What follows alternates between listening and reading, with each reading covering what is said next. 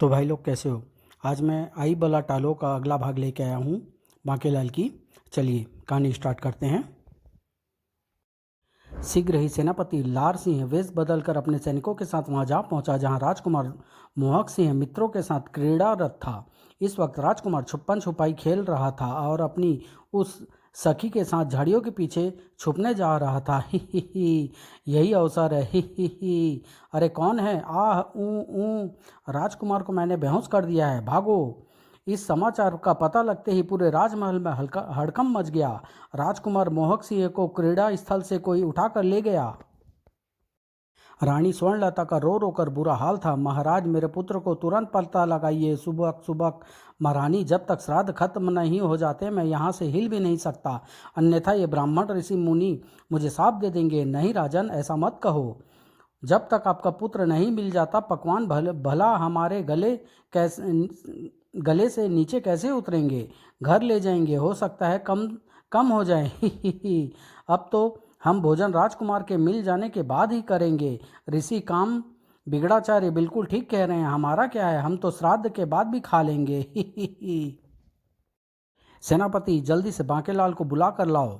ठीक है महाराज, मैं गया और आया। इधर यम यम यम यम यम यम। ही बांकेलाल, इस बार ये मिठाई तो तुमने बड़ी जोर से बनाई है, इसे खाकर तो आनंद ही आ गया। चबड़ चबड़। बांके बेटा, इस मिठाई को कहते क्या हैं? खुसुटो, इसे छेना मुर्गी कहते हैं। थू थू थू बांकेलाल, पापी शैतान, हमें मुर्गी खिला दी, हमें मांसाहारी बना दिया। मेरी गर्दन छोड़ो, इसमें मांसाहारी नहीं है, ये तो मिष्ठान है, खोए व पनीर का बनता है, पर चूंकि ये दोनों के आकार का होता है इसलिए इसका नाम छेना मुर्गी है।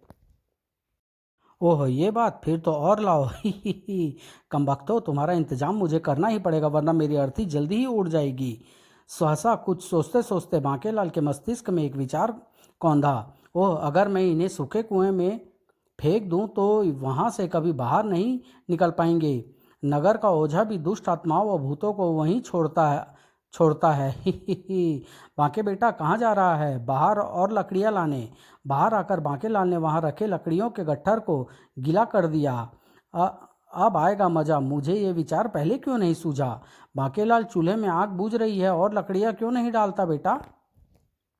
मैं क्या करूं बूढ़े खुसट, सूखी लकड़ियां खत्म हो गई, गीली लकड़ियां से आग नहीं धधक रही।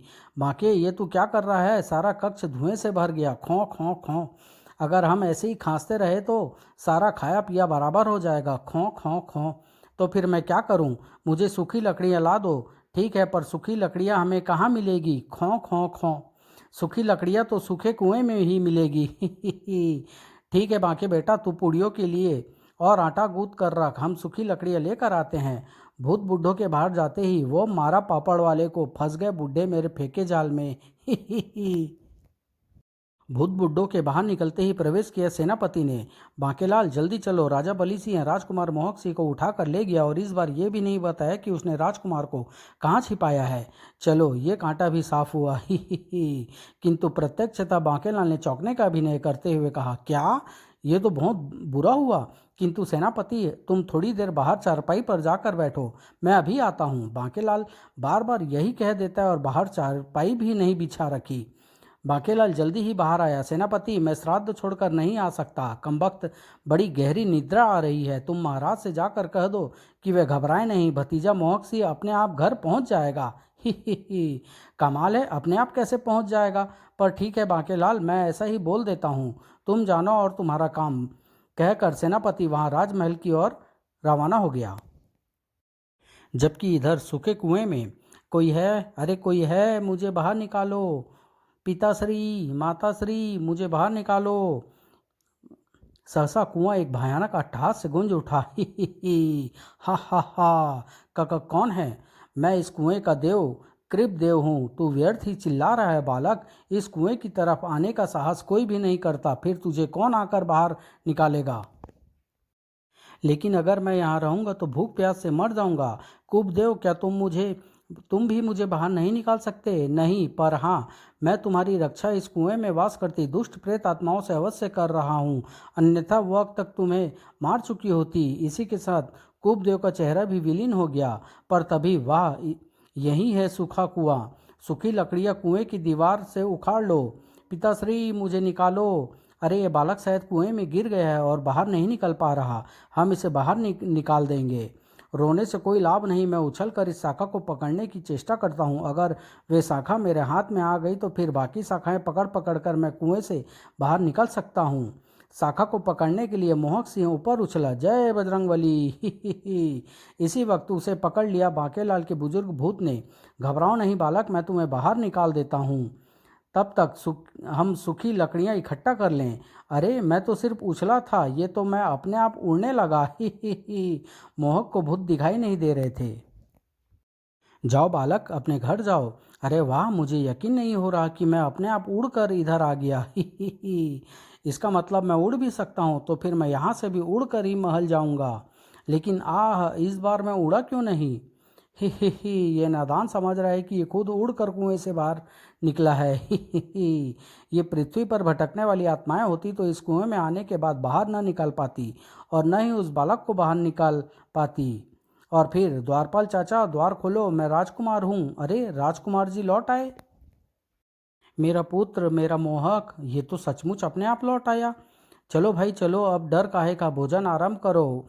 आलू गोभी की सब्जी मैं खुद बांटूंगा। ही। पिताश्री मैं बांटूंगा रायता। ही। और मैं पता लगाऊंगा उस रहस्य का कि आखिर बांकेलाल हर बार मुझे बाहर जाकर चारपाई पर बैठने को क्यों कह देता है। सेनापति तेज रफ्तार घोड़े पर सवार होकर चल पड़ा बांकेलाल के घर की ओर। मुझे तो श्राद्ध के दिनों में घट रही सभी घटनाओं में बांकेलाल का ही हाथ लग रहा है। थोड़ी देर में दूध का दूध और पानी का पानी हो जाएगा। मगर जिसका इन घटनाओं में मुख्य हाथ था वो यहाँ बैठा अपने बाल नोच रहा था। सेनापति लार सिंह, ये तुम्हारी तीसरी विफलता है। राजकुमार मोहक सिंह विक्रम सिंह को इतनी जल्दी कैसे मिल गया? पता नहीं महाराज, मैंने तो उसे सूखे और अंधे कुएं में फेंक दिया था जहाँ से कोई बाहर नहीं आ सकता, और जहाँ से एक बच्चा भी बाहर आ गया, वो भी अपने आप। लानत है तुम पर सेनापति, हमारी ये योजना भी विफल हो गई। अरे तू पंखा ठीक से नहीं झाल सकती क्या? बार बार मूंछ पर मारे जा रही है। सेनापति लार सिंह, हमें कुछ नहीं पता। कल श्राद्ध का आखिरी दिन है। अगर कल भी हम श्राद्ध में विघ्न डालने में सफल न हुए तो हमारी सारी मेहनत मिट्टी में मिल जाएगी। अब कान खोलकर सुन लो, कल के श्राद्ध का भोजन रोज की तरह सुबह प्रातः ही बनना आरंभ हो जाएगा। तुम किसी भी तरह इस सारे भोजन में तीक्ष्ण विष मिलाकर सारा खाना ऐसा खराब कर दो कि इसे खाते ही सबका बोलो राम हो जाए। ही। ऐसा ही होगा महाराज, इस बार ऐसा ही होगा। इस बार ऐसा न हुआ सेनापति तो हम तुम्हारा मुंह काला करके गधे पर बैठाकर तुम्हें राज्य का चक्कर कटवाएंगे। सेनापति लाड़ सिंह के लिए परीक्षा की घड़ी थी, किंतु वह काम उसके लिए जरा भी कठिन न था। आजकल हजारों ब्राह्मणों को रोजाना भोजन करवाया जा रहा है। राजा को नित नए कर्मचारियों की जरूरत पड़ती रहती है। और फिर वह जा पहुंचा विशालगढ़ के भर्ती केंद्र में। इस वेश में मुझे राजा की रसोई में काम मिल जाएगा। दिहाड़ी पर काम करोगे, जो मैं दूंगा चुपचाप ले लोगे, ज़्यादा चूं चौपड़ तो नहीं करोगे? नहीं प्रबंध मंत्री जी, बिल्कुल भी नहीं। तो फिर अंदर जाओ। राजकीय रसोई घर। वाह, रसोई तक तो मेरी पहुंच हो गई। अब मैं सबकी निगाहें बचा बचा कर ये मरी छिपकलियाँ सारे खाने में गिराता जाऊंगा। ही। मेरा काम पूरा हो गया। अब तबीयत खराब होने का बहाना करके मैं यहाँ से खिसक जाऊंगा। फिर ही। इस बार महाराज की योजना अवश्य पूरी होगी और मेरा मुंह भी काला होने से बच जाएगा। इधर छिपता छिपाता सेनापति भी पहुंच चुका था बांकेलाल के घर के पिछवाड़े की खिड़की पर। आज सभी रहस्यों पर से पर्दा उड़ जाएगा। ही। इस वक्त भी बांकेलाल भोजन बनाने में जुटा था।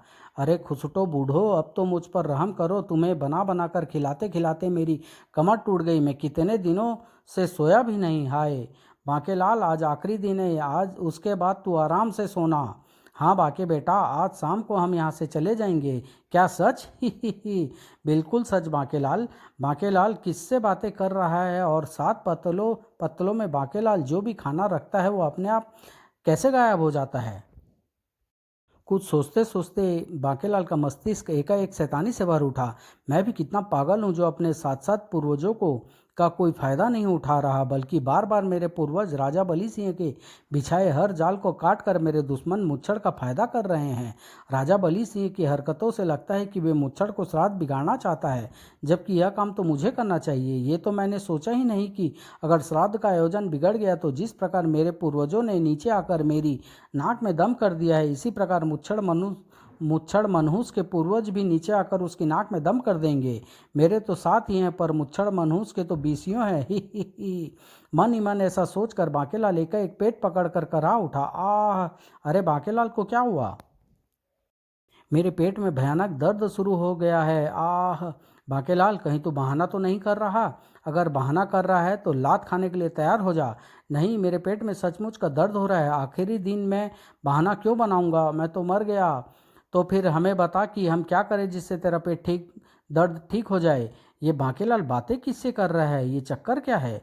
अगर तुम मुझे महल में 56 तरह के पकवानों से भरे बर्तनों की पेंदी के थोड़े थोड़े भोजन की खिचड़ी बनाकर ला दो तो ये दर्द ठीक हो जाएगा। आह!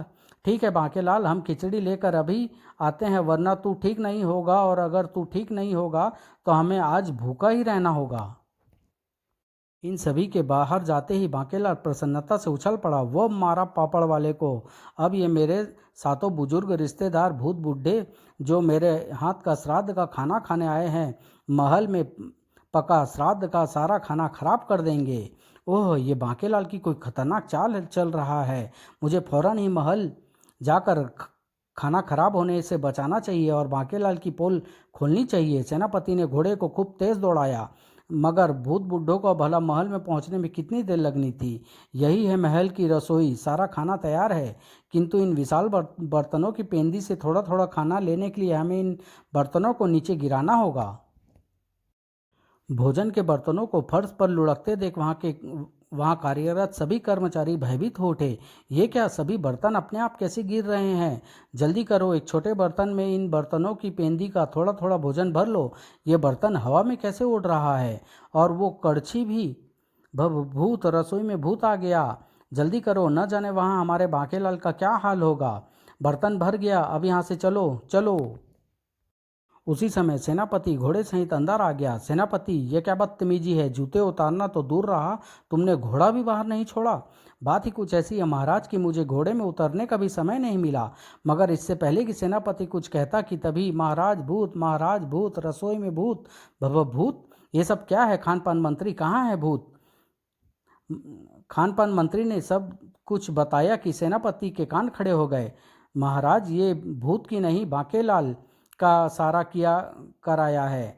बांकेलाल की चाल? क्या बकते हो सेनापति? तब सेनापति विक्रम सिंह को सारी बातें बताता चला गया। यह सुनते ही विक्रम सिंह की आंखों में भयानक आंसू आ गए। नहीं, मेरा प्यारा बांकेलाल ऐसा नहीं कर सकता। चुप हो जाइए महाराज। तभी महाराज, गजब हो गया। क्या हुआ प्रबंध मंत्री जी? महाराज, खराब खाने के प्रत्येक बर्तन में छिपकलियां मिली है। किसी ने भोजन में छिपकलियां मिला दी थी। क्या छिपकलियां? ओह, अगर वह जहरीला भोजन ब्राह्मणों को परोस दिया जाता तो यह उनका आखिरी भोजन होता। इसका मतलब अगर बांकेलाल को चक्कर न चलाता तो जहरीला खाना खाकर हम सब मारे जाते। मेरा प्यारा बांकेलाल, काश मैं इस वक्त जाकर उसकी पुच्ची ले पाता, परंतु साध खत्म होने से पहले मैं यहाँ से नहीं जा सकता। और खाना बनवाओ। सेनापति कमबख्त, देखा, तुम महल में रहकर भी दुश्मन की चाल को नहीं देख पाए और बांकेलाल ने वहाँ बैठे बैठे इस षड्यंत्र का पर्दाफाश करके कईयों के प्राणों की रक्षा कर ली। आह, क्षमा महाराज। तब महामंत्री ने कहा, यह काम भी राजा बली सिंह का ही होगा, क्योंकि जब मैं श्राद्ध करते हुए वो एक के बाद एक विघ्न पैदा कर रहा है। महाराज, मैं जा रहा हूँ, अब उसका सिर ढाल में सजा कर आपको भेंट में दूंगा। तभी महाराज, मैं सीधा रणभूमि से भागा आ रहा हूँ। वहाँ पर राजा बली सिंह अपनी सेना लेकर आपकी प्रतीक्षा कर रहा है। उसने कहा है कि उसे 6 तक गिनती आती है और वो 10 तक गिनेगा। अगर उसकी गिनती पूरी हो जाए और आप रणभूमि नहीं आए तो वह यहाँ आ जाएगा। अरे, तुतुरियों की आवाज़ें, इसका मतलब राजा बली सिंह अपनी सेना लेकर आ गया। बांकेलाल भी तो यहाँ नहीं है, पर मैं जो हूँ, आप फिक्र न करें महारानी जी, मैं दुश्मन की ईंट से ईंट बजा दूंगा। मैं जा रहा हूँ, अपनी तलवार पर धार लगाकर मैं बली सिंह का सिर धड़ से अलग कर दूंगा। हुण की होगा, सूर्यास्त के साथ ही श्राद्ध खत्म होगा और जब तक श्राद्ध खत्म नहीं हो जाता तब तक मैं युद्ध नहीं लड़ सकता। महामंत्री, बांकेलाल को दुश्मन सेना के आगमन का समाचार भेजो और राज्य के सभी हलवाइयों से मिष्ठान खरीद कर राजा बली सिंह को उपहार स्वरूप मिष्ठान का थाल भेजकर युद्ध टालने का प्रयास करो। जो आज्ञा महाराज। इधर बांकेलाल, लो हम खिचड़ी ले आए। आह, मेरा दर्द ठीक होगा जब तुम सब धीरे धीरे सूर्यास्त तक ये खिचड़ी खाकर खत्म करोगे। हम समझ गए। क्या? ललाट। आह, ये क्या कर रहे हो खुसड़? खुसटो, आह बांकेलाल कमबख्त, तू हमारा बाप नहीं, हम तेरे बाप हैं। तू हमें नहीं चला सकता, तेरी खिचड़ी गई भाड़ में। चल उठ, खाना बना। पर अब तो सूर्यास्त होने को है, ये खाना कब बनाएगा और हम कब खाएंगे? पर तभी बांकेलाल जी, राजा बली सिंह युद्ध के लिए ललकार रहा है। हमारे महाराज ने युद्ध टालने के लिए उसे मिठाइयाँ भेजी है और तुम्हें वहाँ बुलवाया है। ठीक है, तुम जाओ, मैं आता हूँ। बांकेलाल जी शायद कसरत कर रहे थे। ही। और बांकेलाल को सूझ गई भूत बुड्ढों से छुटकारा छुटकारा पाने की तरकीब। जाओ, वो सारा मिष्ठान खा लो जो राजा बली सिंह को भेजे जा रहे हैं। वाह, पहले ही ऐसा कह देता तो तुझे इतने दिन खाना नहीं बनाना पड़ता। सातों भूत बुड्ढे बांके को वहीं पटक कर बाहर निकल गए। बांकेलाल, हम चले। आह, मेरा पिंड छूटा। ही, अब आएगा मजा, जब खुसट मुच्छड़ की भेजी मिठाइयाँ खा जाएंगे और क्रोधित होकर राजा बली सिंह महाराज पर आक्रमण कर देंगे। मैं भी जाकर देखूंगा ये नज़ारा। महामंत्री, सेनापति और सैनिक मिष्ठान के थाल लेकर राजा बली सिंह की सेना की तरफ बढ़े। सैनिकों, सभी मिष्ठानों के नाम जोर जोर से बोलो ताकि दुश्मन के मुंह में पानी आ जाए और वे ये मिष्ठान खाने के लिए व्याकुल हो उठे।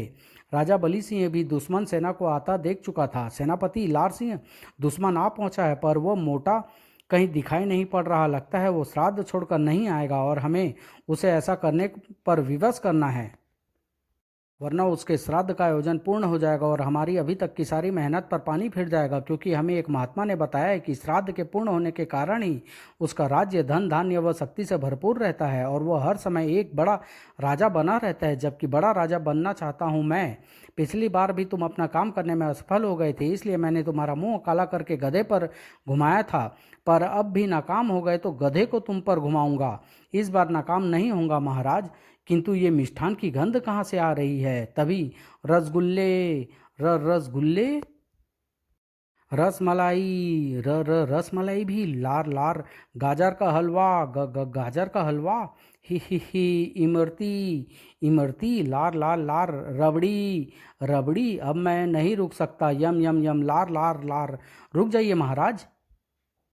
पेठा, बादाम की बर्फ़ी, सतरंगी बर्फ़ी, रबड़ी, गुलाब जामुन, ही, हम, ओह मुझे चक्कर आ रहा है। लगता है दुश्मन को महाराज की कमजोरी का पता चल गया है, तभी वो महाराज की शक्ति को छीण किए जा रहा है। ओह, काफ़ी लार बह जाने से महाराज की शक्ति भी चुक चलती जा रही है। उसकी शक्ति भी तभी वापस लौटेगी जब उन्हें कोई पकवान पकवान खाने को मिले, और मैं तो कोई मिठाई या पकवान भी साथ नहीं लाया। सैनिकों, आगे बढ़ो और दुश्मन के हाथों से मिठाई छीनकर महाराज को जल्दी से खिलाओ। यम यम, कराची हलवा, सोन पापड़ी, पतीसा, हम, मोहन भोग, मालपुआ।